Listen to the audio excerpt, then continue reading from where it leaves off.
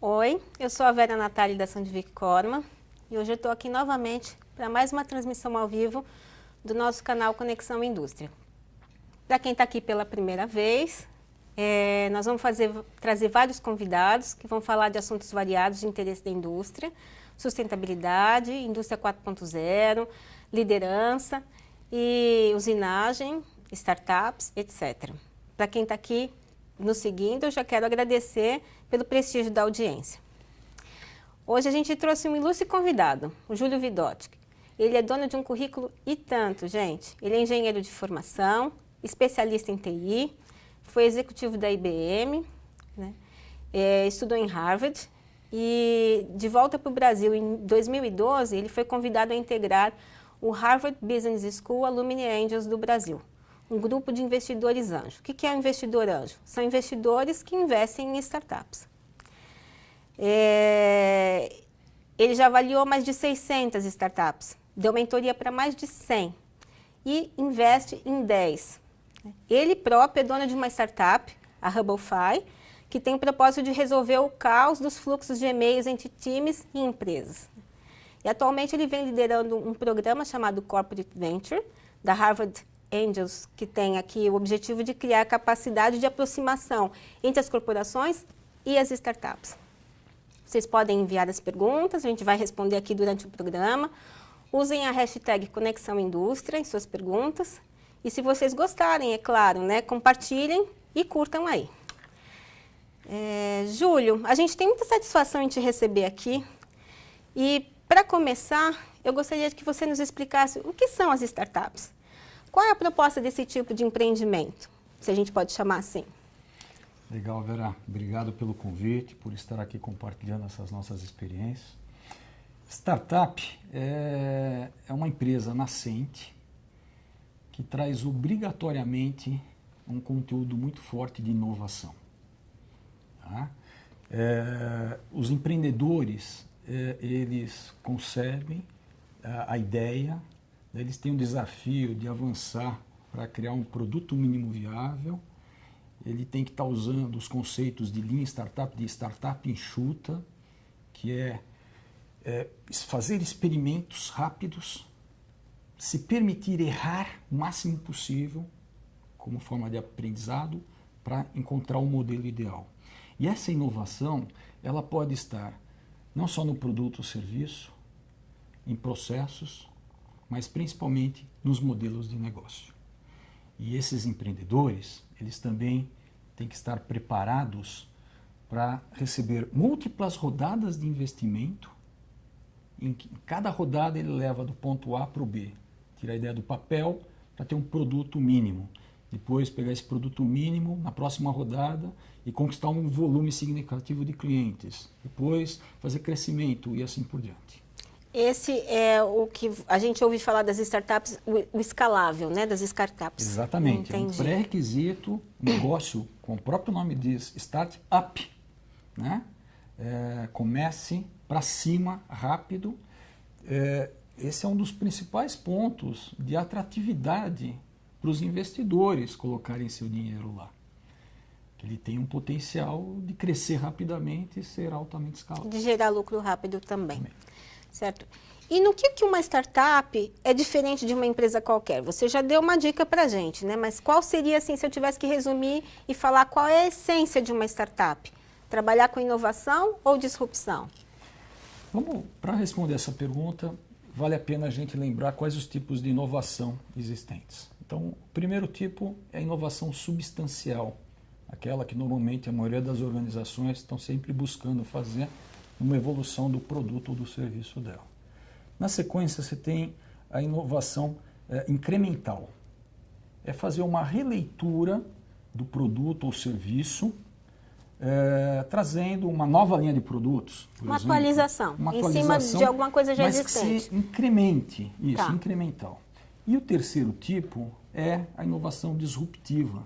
É aquela que vai causar surpresa ou espanto, né? Um encantamento, muitas vezes, nos consumidores, porque muda completamente a forma, muda o comportamento do consumidor. Seja para uso próprio ou para uso numa empresa. Ele traz uma concepção que não se baseia nos históricos anteriores. Entendi. E pode explicar um pouquinho para a gente melhor ainda sobre o que é disrupção e o que é inovação? São distintas? Tem pontos de convergência? Tem. Posso dizer que toda disrupção é, no fundo, uma inovação? Toda disrupção, ela parte de uma inovação, de uma ideia que traz algo totalmente inovador. A disrupção é o maior grau dessas três. Você tem, como eu falei, a substancial, a incremental e a disruptiva. Na realidade, a incremental e a substancial é muito presente no mundo corporativo, nas grandes organizações. Nas organizações são os lançamentos de produtos, as atualizações, esses lançamentos. Evolução periódica, né? A própria evolução de um processo, mas num timing não tão rápido quanto a gente tem com as startups. A disrupção, com raríssimas exceções, eu não conheço nenhuma que tenha nascido dentro da própria organização. Tem muitas organizações fazendo iniciativas de inovação, mas elas põem a turma para pensar fora do ambiente, fora da caixa. O que vai quebrar paradigmas, Elas né? começaram aí nos últimos anos com as iniciativas de Corporate Venture, que a gente pode falar um pouquinho mais em detalhe na sequência, né? Visando criar essa aproximação com esse mundo novo. Eu diria que a incremental e a substancial que está dentro das organizações e a disruptiva que está nas startups são dois ecossistemas, é como a água e o óleo, que não se misturam. E aí é que começaram a surgir uma série de iniciativas que a gente chama de Corporate Venture ou de inovação aberta. A inovação também se tem inovação fechada e a inovação aberta. A fechada é aquela que olha tradicionalmente lá, pessoal de pesquisa e desenvolvimento, áreas de inovação de produtos, etc. Tal. A inovação aberta é aquela que está olhando para fora da organização, para ver como que ela pode se beneficiar desses insights e das ações de mercado para agregar valor dentro do business atual ou criando business paralelos. E se integrando com toda a sociedade, quebrando os paradigmas e fazendo as coisas se movimentarem. Com certeza. Entendi. Muita informação, mas muito interessante. E na sua opinião, Júlio, você acha que a transformação digital pelo qual o planeta está passando, está impactando, influenciando a maneira de enxergar e de lidar com as startups? Em que sentido, assim? Você acha que isso tem influenciado? Porque a gente sempre associa, né, startup com inovação, e inovação está vinculada à tecnologia, né? Eu acho que, na realidade, o princípio de tudo isso foi a chegada de duas grandes tecnologias. Normalmente a gente fala aí de 5, 8 tecnologias distintas, mas tem duas delas que eu acho que foi o pontapé inicial, né? Do lado dos usuários, dos consumidores, a chegada dos smartphones, que deu um poder computacional aqui na palma da mão. Na palma da minha mão. Tá? E do lado da retaguarda foi o cloud computing, a computação em nuvem, que permitiu que todo aquele poder computacional que estava disponível só para as grandes organizações, gastando milhões, milhares de dólares lá, os grandes servidores, mainframes e tal, fosse particionado e ficasse disponível para qualquer um. Você pode entrar num desses provedores tradicionais de cloud e criar uma conta daqui 5 minutos. Em 1 hora, você, com algum apoio e tal, você tem um ambiente computacional disponível. Então, essas duas, o smartphone de um lado e o cloud computing do outro, foi a base de tudo. Foi a base. Daí, o que vem agora, que a gente fala muito na indústria 4.0, estamos aqui também, né? IoT, realidade aumentada, Big Data, etc., tudo foi desenvolvido a partir dessas duas experiências. Desses dois pilares, né? Exatamente. O Big Data, o que faz a captação dos dados, do grande volume de dados? É o smartphone. E o que faz o processamento? Computação em nuvem. Computação em nuvem. Então, isso só está favorecendo as startups, né? Sim. Que tem na sua base a Sim. inovação por essência, né? Hoje a gente encontra aí diariamente dezenas, centenas de startups nascendo pelo mundo afora. o que não seria possível há 10 anos atrás, porque o poder computacional estava muito restrito e muito caro. As grandes corporações. Exatamente. Hoje qualquer usuário tem acesso, né? Então, assim, só resgatando o que você falou, no âmbito da indústria da manufatura, é por isso que a gente assiste, então, as startups ganhando cada vez mais relevância, também no nosso segmento da manufatura, né? E tem tudo a ver, então, com o contexto da indústria 4.0, né? Você pode falar um pouquinho mais para a gente? Tem sim. Em primeiro lugar, vamos falar da indústria, mas antes eu queria falar de um âmbito um pouquinho maior, que são as organizações de forma geral. A gente percebe que nas últimas 3 décadas não houve, em muitos segmentos de mercado, a evolução, o uso da tecnologia para a evolução dos processos, sistemas e forma de gestão, inclusive. Isso criou um gap em que hoje essas organizações elas estão presas, entre aspas, aos antigos sistemas legados. O pessoal de tecnologia de informação não consegue inovar porque ele virou um executor dessa máquina. Ele precisa manter essa máquina dos sistemas legados Ele não operando. cria mais, ele vai executando. Raramente. A principal missão dessa área de tecnologia é a operação, né? Presa aos sistemas legados, né? Os processos se utilizam os mesmos processos de uma década atrás. Eu converso com executivos aí todo dia, através de reuniões, calls, etc. E os processos são os mesmos de anos e anos atrás. Tá? E o terceiro ponto desse tripé que gera essa problemática toda, essa realidade corporativa, é que as métricas de resultados continuam as mesmas também. As métricas lá, as medições de quartis, meta do ano, de trimestres, para o grande grupo de decisão na organização. Então, seja o CEO, o presidente, todo o corpo diretivo, ele continua sendo mensurado da mesma forma como era anos atrás.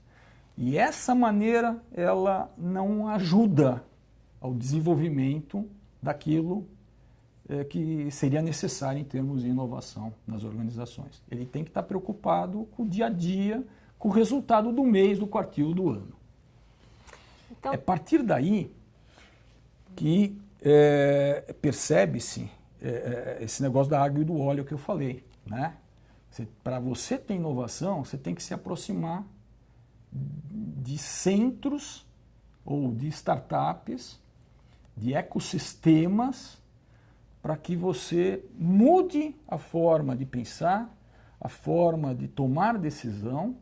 As decisões, a sociedade foi educada nessas últimas décadas a tomar decisão com base nas experiências anteriores, com base no passado. E essa nova dinâmica que surgiu, que é diretamente ligada à questão da disrupção que você falou, ela não permite mais usar o passado como histórico, como aprendizado. Esse é um dos maiores desafios da maior parte dos executivos mundiais. Mas é jogar fora todo esse passado? Não é. Você Como tem que faz? colocar, é como se fosse trocar o chip interno da cabeça de cada um, né? Da mesma forma que nós conseguimos mudar o comportamento, rapidamente mudou o comportamento da sociedade em relação ao uso de smartphone. Hoje você tem a minha mãe, ela usando um smartphone. Não seria concebido ela se comunicar através de um smartphone, etc. Tal. Então, na medida que a sociedade permitiu isso, esses mesmos gestores dentro das suas organizações, eles precisam permitir, e isso tem que partir lá de cima, do conselho executivo, que precisa começar a mudar a forma de olhar o futuro, dar mais importância para o futuro do que para o presente, propriamente dito, e começar a permitir, por exemplo, fazer experiências sem recurso nenhum. Essa é outra máxima do mundo das startups. Nas startups ninguém tem recurso. Tá? Tem ideias. Tem ideias. Você consegue provar, você estabelece hipóteses. Aí você vai provar uma hipótese, 2, 3, é o que a gente chama de pivotar. E sem recurso. Então aquela coisa, metade da minha carreira eu fui do mundo corporativo e a outra metade eu comecei a empreender, né? já falhei, já tive sucesso, e a gente não permite fazer um projeto sem recurso numa corporação. A primeira coisa que querem discutir é qual é o budget. Qual é o orçamento, né? Precisa de budget? Tem certeza? Né? Então, é nesse contexto que a gente está enfrentando uma nova realidade. E aquilo que se fala muito da indústria 4.0, que é extremamente importante, é fundamental, tem que passar a ser um pré-requisito básico. Porque a ameaça de disrupção, na maioria das vezes, não está na linha de produtos, no seu core business, e sim em alguma outra questão, ou de processo, ou de satisfação de cliente, ou da velocidade, porque o que de fato mudou no mundo, né, nesses últimos tempos, foi o comportamento do consumidor, o comportamento da sociedade é completamente diferente de como a gente se comportava 1, 2, 5 anos atrás, e a velocidade das coisas. Esses são os dois quesitos principais dessa grande macro-revolução que a gente está enfrentando. Que a gente está vivendo, né? Que a gente está vivendo. Que a gente está vivendo. Então, eu convido os gestores que estiverem assistindo aqui esse compartilhamento de experiências a pensar e façam um inventário dos seus processos. Sabe? Identifique claramente, mapeie os processos, mas não com aquela ótica de consultoria. Faça dentro de casa, ali. Faça uma tabelinha, ponha todos os processos, os microprocessos, veja quando foi alterado a última vez. Sabe? Vocês vão levar um susto. Vocês vão levar um susto literalmente, pessoal. Tá? E a disrupção vai vir por uma dessas outras frentes. Ou pela estratégia de go-to-market, pelo modelo de canais, pelo modelo de entrega, pelo consumidor. Cliente. A gente teve recentemente a oportunidade de receber aqui um professor de Harvard, o professor Thales Teixeira, é o único brasileiro lá na Harvard Business School, que veio compartilhar no evento que nós fizemos no primeiro semestre, e ele estudou o conceito do decoupling, que é o desacoplamento. A tese dele, e que ele elaborou lá e apresentou inúmeros exemplos reais, já existentes no mercado, é que você pega toda a cadeia do supply chain e, de repente, surge uma determinada iniciativa, uma startup que rompe um elo da cadeia. O que acontece? Plum! Destrói tudo. É efeito dominó. Exatamente. Mexeu uma pecinha, mexe em todo o resto. E as organizações, elas não foram criadas para se preparar para isso que a gente está dando nome aí de disrupção, certo? O ser humano é resistente, né, Júlio? O ser humano é resistente. A mudança, né? Na realidade, é interessante esse ponto da resistência. Toda vez que você tem uma mudança de comportamento que se propõe, né, o ser humano, primeiro, ele rejeita. Ele nega. Ele nega. Ele não, né? Pegando exemplo. Não vou usar o smartphone. Não vou usar o smartphone. Ou mais recentemente, a indústria de transporte, mobilidade. Eu não vou entrar no carro de estranho, nunca. Né? Passado alguns meses, ele começa a chamar a atenção. Então, primeiro é rejeição. Meu amigo usou, deixa eu experimentar. Né? Depois da fase de atenção, vem o interesse. E depois, por fim, a adoção propriamente dita. E aquilo que eu falei do comportamento e a velocidade, é que isso aqui, se a gente pegar os tempos lá dos nossos avós, quando os meus avós, bisavós moravam no interior, não tinha luz elétrica, etc. Tal, levou quantos anos para adotar a luz elétrica? Depois, a chegada da internet, levou quantos anos para se adotar a internet? Chegada da televisão, do telefone. E aí vai. E agora... Pode ser que no outro lado do quarteirão aqui da avenida esteja surgindo uma iniciativa que daqui dias, meses, pode estar disruptando toda uma indústria. Nossa! E trabalhar em cooperação com essas startups pode trazer benefícios? Certamente, né? Mas assim, eu queria saber que tipo de benefício, se é para qualquer tipo de empresa, de grande a pequeno, modo de porte, porque assim, você falou que as grandes corporações e as startups são como água e óleo, né? Tem um embate. E o objetivo das iniciativas como a Corporate Venture é justamente fazer essa aproximação. E que benefício que eu tenho? É para todo tipo de empresa? E tem malefício? Tem alguma coisa que não é legal também? Além do desconforto de ter que sair da zona né, da zona de estabilidade, etc.? Vera, na realidade, não tem porte de empresa, não tem segmento específico. Isso que está acontecendo é para todo mundo no mercado, todos os players do mercado, independente de porte, de idade da empresa, do segmento e tudo mais. Né? Tá. Na verdade, o que está por trás disso é que houve uma mudança, não são as startups. As startups são consequência da realidade do mercado. Né? O comportamento, como eu falei, mudou. Eu tive o desprazer de meu celular ter sido roubado o mês passado, quando eu estava saindo de um show. Fiquei um período sem celular. Eu me senti um peixe fora d'água. Né? Aí, quando eu voltei a entrar, né, no mundo de comunicação, parece que eu renasci ali. Não foi ruim, foi interessante até, né? Porque me fez relembrar experiências do passado. Agora você pega os jovens, né? Se acontecer isso, devem entrar em desespero. Vou fazer uma pesquisa depois para entender como seria essa reação de ficar aí 1, 2 dias desconectado, né?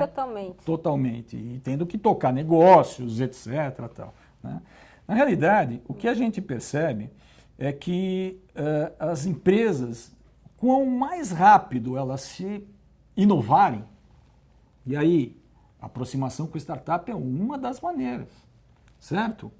Seja para absorver experiências, tem muita gente que faz tours aí pelos centros de inovação para abrir a visão.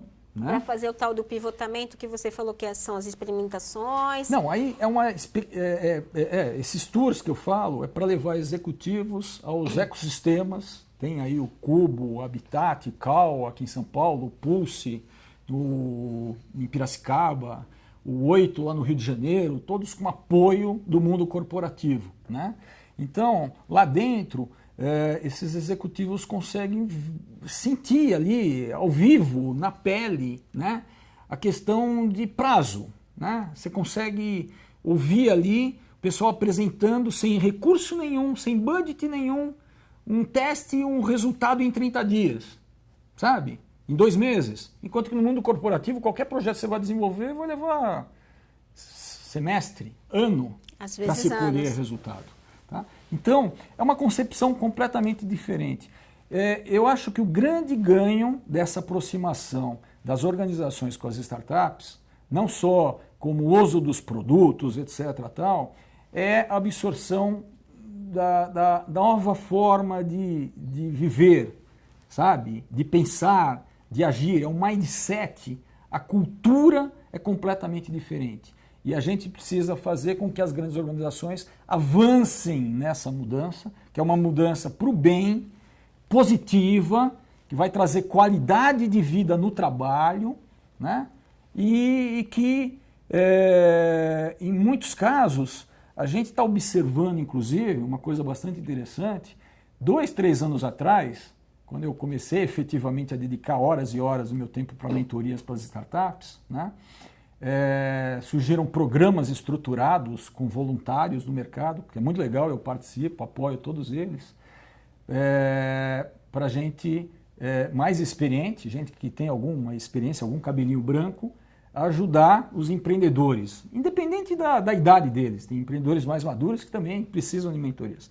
E o que eu começo a observar agora, eu estou aí liderando esse programa de Corporate Venture de Harvard, é uma oportunidade de fazer o inverso. Agora, os executivos das grandes corporações estão precisando receber mentoria dos empreendedores das startups para começarem a pensar de forma diferente. É o que a gente está chamando de mentoria reversa. Tá? Nossa. É muito legal, muito legal. Que interessante. É vibrante. Muito. E da parte dos investidores? Você faz parte do grupo dos investidores, né? Assim, você já deu para perceber, né, que ele é um apaixonado pelo que faz. Mas só para o nosso público saber, por que investir nas startups? Primeiro, é um caminho sem volta, né, pelo que você está falando, né? Não, tem uma saída, que a gente chama de saída. Você investe, alavanca e num determinado momento você sai.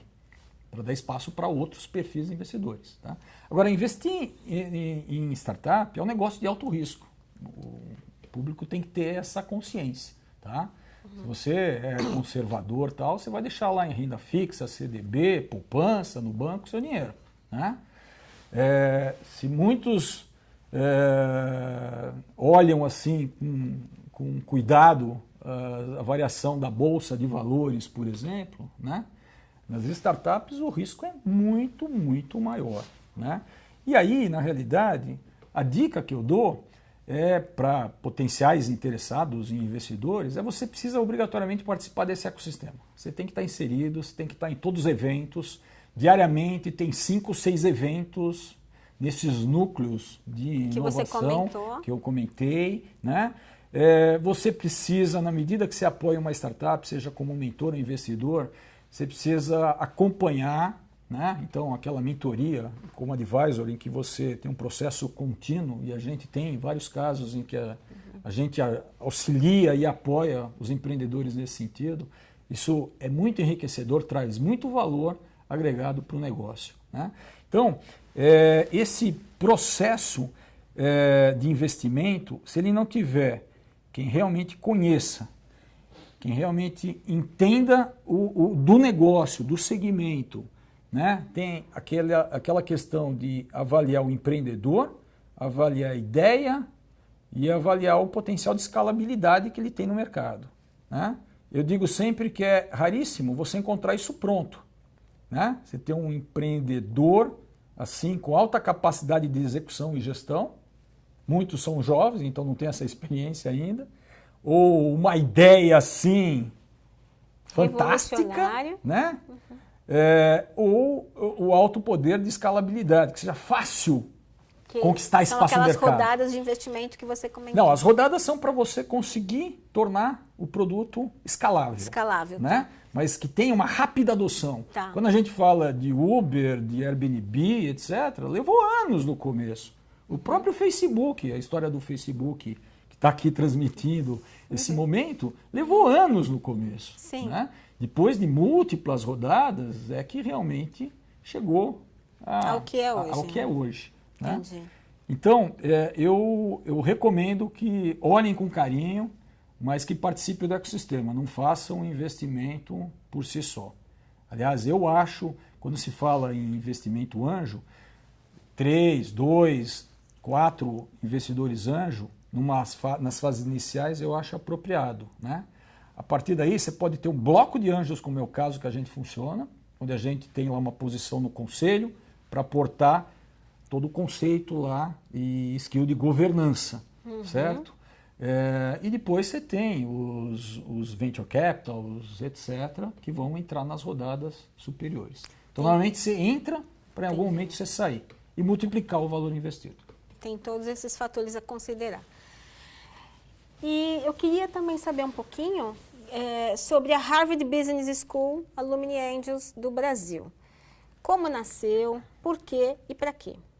Nós nascemos aqui no Brasil em 2012, baseado numa experiência que começou em 2007 no Vale do Silício. Nós somos o 5º grupo depois do Vale.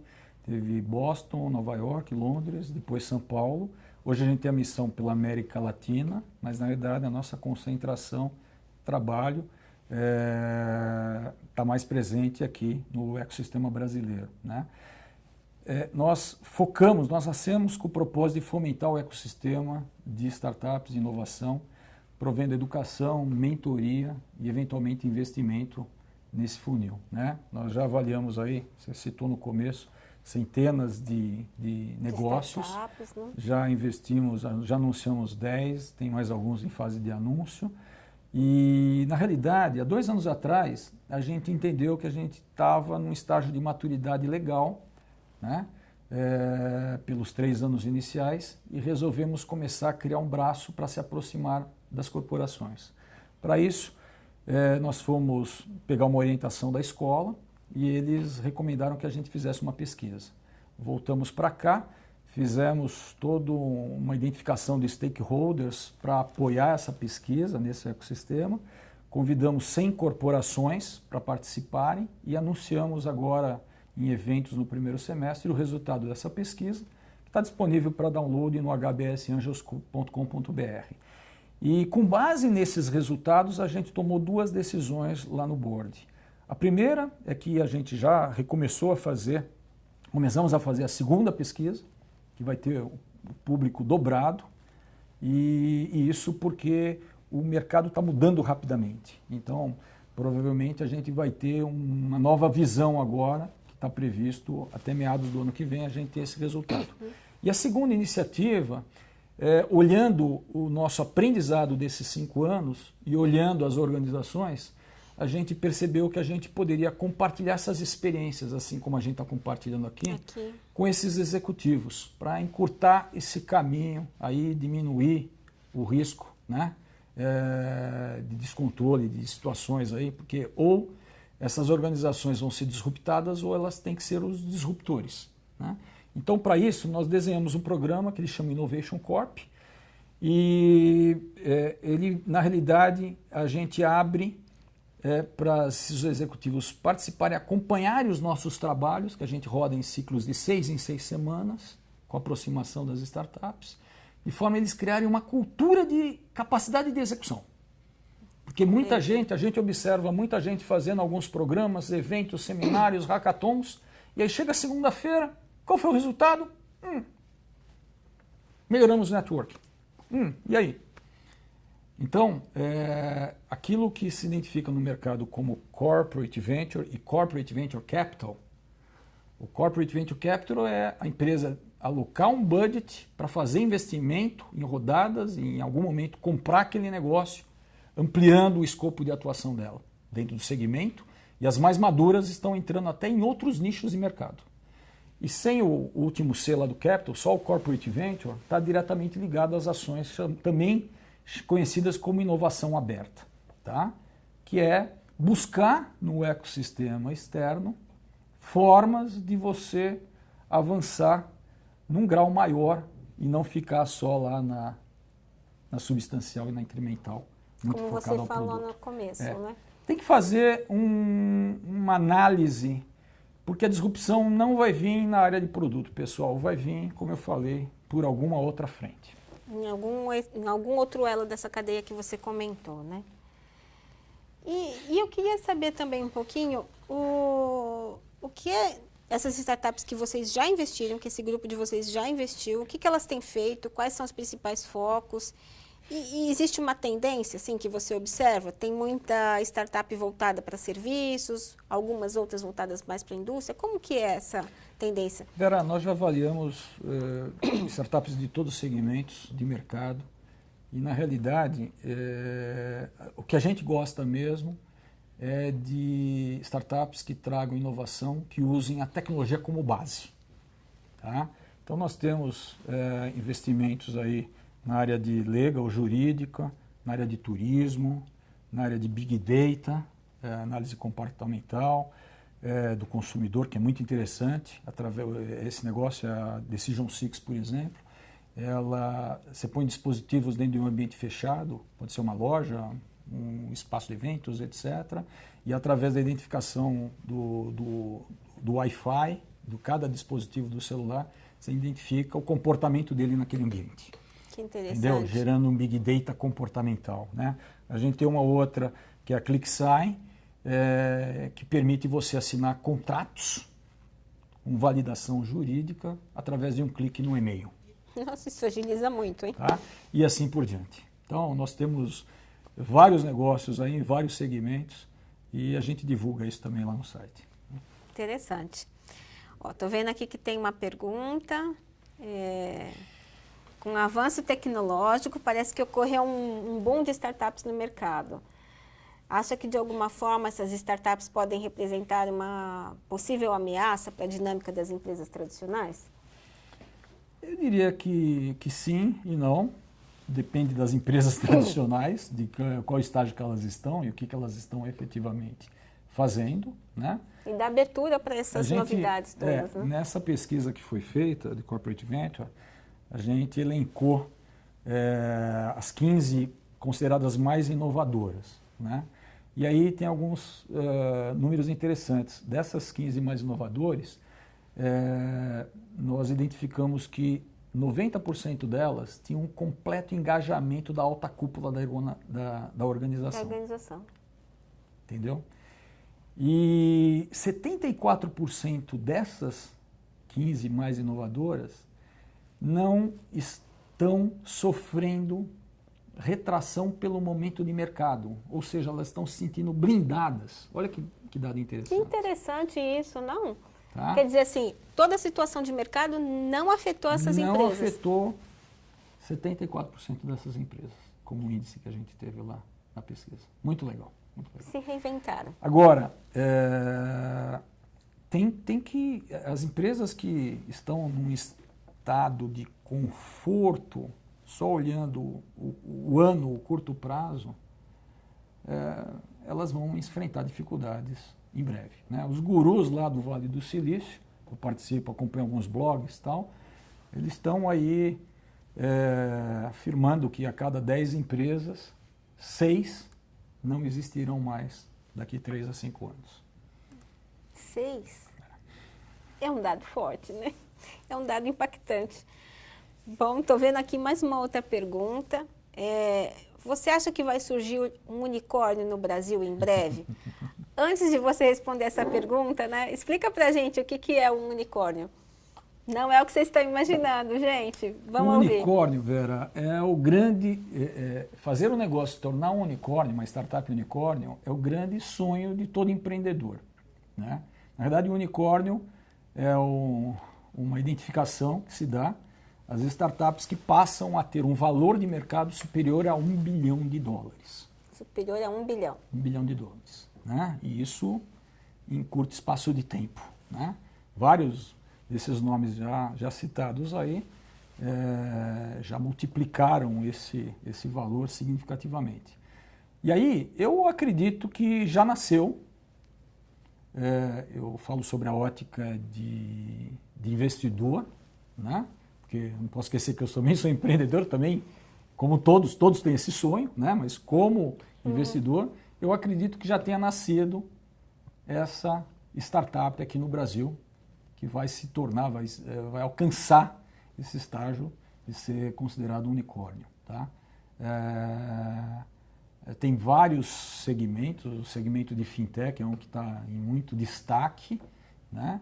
Mas tem outros aí que estão correndo também para essa evolução. Eu diria que nos próximos 2 a 3 anos a gente vai ter o prazer de ter um unicórnio brasileiro aí reconhecido pelo mundo afora. Que interessante, quer dizer, o Brasil não fica nada a desejar para o resto do mundo, nesse contexto. A gente tem um gap aí em relação ao resto do mundo, né? Você tem países aí como Israel, que está extremamente avançado, a Estônia. Lá na Europa, né?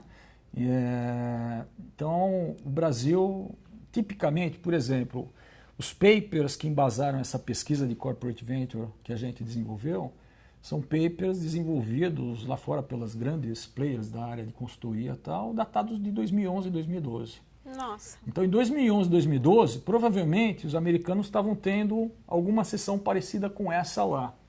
Nós estamos em 2017 para 2018. Então tem um gap, a gente precisa tirar essa diferença, e essa diferença está sendo encurtada cada vez mais. E você acha que é perfeitamente possível? Sim. Bom saber. Agora, mais uma última pergunta aqui. E como vão ficar os empregos no futuro? Com todo esse contexto aqui de startups, de disrupção que você comentou. Os empregos... Essa é uma preocupação recorrente, né? Quando se trata de discussão de contexto da Revolução 4.0, startups e todo esse universo. Eu vou um pouquinho para trás aí no calendário, Vera. Quando eu comecei minha carreira, eu estava na área de engenharia e entrei rapidamente nesse mundo de TI. E eu sempre acompanhei essa pergunta, né? Por quê? Porque eu tive a oportunidade de desenvolver várias atividades na minha primeira fase da carreira lá, de trainee, etc. Tal, e sempre ligado a alguma área de automação ou de inovação da época. Né? Era muito focado ainda em produto ou em serviço naquela época. né? E também tinha o problema dos millennials da época, também tinha, né? Eu entrei eu comecei a trabalhar num programa trainee lá na IBM na época, onde a IBM tinha ficado 15 anos sem contratar ninguém. Então com 24 anos, eu era os millennials daquela época. Naquela época. E aí, toda nova tecnologia que surgia, vinha esse questionamento, e os empregos, etc. Tal, né? Depois eu fui para o mundo da automação, empreendendo também, continuei ouvindo isso. O que eu acho é que agora nós chegamos no momento, como eu falei, do comportamento e da velocidade da sociedade, né? Tudo está muito mais rápido. Então, hoje não se tem um emprego como os nossos pais ou avós tinham, que trabalhavam a vida toda numa única empresa. São raros, né? Principalmente para os nossos filhos agora, eles não vão trabalhar a vida toda numa mesma empresa, né? Se trabalhar em 3 a 5 anos, tá bom demais, né? Então, nós estamos numa fase onde o emprego, né, ele está se transformando. E essa transformação é para o bem da própria sociedade, né? Se a gente olhar lá para os gurus lá do Vale do Silício, tem 2 linhas. Tem aqueles mais... Tradicionalistas? Os mais extremistas. Arrojados, extremistas, né? Dizem que vai acabar o emprego. Né? Nossa! Que o Estado vai ter que manter a sociedade, etc. Tal. Eu, sinceramente, não acredito, não enxergo. Se isso acontecer, vai levar séculos. Pode ser, né? Não sei. A gente não vai estar vivo para ver. E nem os nossos filhos, netos, etc. Agora, eu acredito que o emprego sempre esteve em transformação, mas a transformação era lenta. E agora, essa transformação aumentou a velocidade. Tá? Então, como ele é hoje de se trabalhar 8 horas por dia, marcando ponto na entrada, na saída, isso eu diria que está com os dias contados. Independente da nossa legislação trabalhista aí, que foi recentemente adequada. Sim. Né?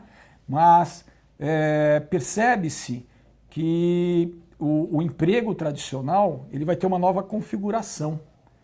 Então, um profissional ele pode estar trabalhando de manhãzinha lá como na economia colaborativa, por exemplo, fazendo algum trabalho tipo motorista de app. Aí, à tarde, ele pode estar atendendo um cliente da consultoria ou da empresa que ele presta serviço. E à noite ele pode estar dando aula numa universidade. Então, falo isso do homem, conheço já mulheres que estão de manhã cuidando dos filhos, leva o filho para a escola e vai trabalhar na economia colaborativa, como motorista, alguma outra atividade, e à noite ela vai fazer um curso. Essa já é uma realidade. Essa é uma realidade hoje, certo? Então, isso é para o nosso bem, da sociedade. Nós vamos viver de uma forma melhor, diferente. E o que vai acabar diretamente é aquela hierarquização, aquele command and control, microgerenciamento. Eu diria até que não sei se vai fazer sentido ter os departamentos tradicionais de RH. Me desculpem o pessoal de RH que está aqui assistindo, mas vai ser transformado também. Nas startups que eu acompanho, não existe RH. Não precisa de RH. Todo mundo tem que fazer o RH. Cada colaborador faz o RH. Assim como teve aquela máxima, né? Anos atrás, que a empresa era responsável pela carreira. Depois mudou. Não, a carreira... Responsável pela responsabilidade é sua, você, sim, que vai traçar os seus planos, etc. Tal. Então, é isso, pessoal. Vamos ter que se reinventar. Vamos. Temos mais uma perguntinha aqui. E na indústria da manufatura, você tem algum caso de sucesso para falar? Na indústria da manufatura, eu acho que está muito ligado, a indústria da manufatura está muito ligada aos casos de sucesso que estão nascendo com a impressão 3D. Né? Eu acho que tem que investir fortemente nesse tipo de tecnologia. O IoT, onde o mundo não é só na indústria, mas o mundo está passando a ser completamente conectado. Internet das coisas, né? Internet das coisas, onde no futuro você não vai mais provavelmente no supermercado, né? Você vai colocar o pedido atrás. A geladeira vai colocar o pedido de reabastecimento e o varejista lá, o atacadista, vai ter isso conectado também com a indústria, que vai estar gerando toda essa cadeia, né? Então vai mudar lá do build to plant, to build to order, mas online, instantâneo. Né? É fantástico. Aqui e agora, já. Aqui agora. Legal. Bom, nosso tempo está acabando, Júlio. Se tem algo mais que você queira falar? Eu gostaria, eu vou ser curto também, porque o tempo está passando, né? Então, eu acredito que as startups é fruto desse movimento que surgiu da disponibilidade da tecnologia, dos recursos. Existem startups que não diretamente usam tecnologia, elas estão num conceito diferente, estão inovando no modelo de negócio, na forma e tudo mais. Mas na hora que você soma as tecnologias, a economia colaborativa, né, os novos modelos de negócio, o mundo passa a ter uma nova visão. Só que isso, a grande dúvida é quanto tempo vai levar para ter tudo isso realmente consolidado e implementado. E eu não olharia isso como assustado, né? Não fiquem com receio, com medo, não vamos perder empregos de forma alguma, o mundo está se transformando. Da mesma forma que ainda hoje, né, a gente tem lá, eu já faço seguro do meu carro com uma empresa 100% digital, mas eu conheço corretoras antigas, corretores, trabalhando da forma de anos, décadas atrás. Precisar em que momento isso vai acabar, não dá para saber. Mas tá? Que está se transformando. E que vai acontecer isso com a indústria também. O que pode ser é que as indústrias que não fizerem nada, ela perca a sua competitividade, saia de um determinado país, pelas decisões lá de resultado, de EBITDA, etc., até que venha uma nova geração de gestores e se reinvente e ela volte.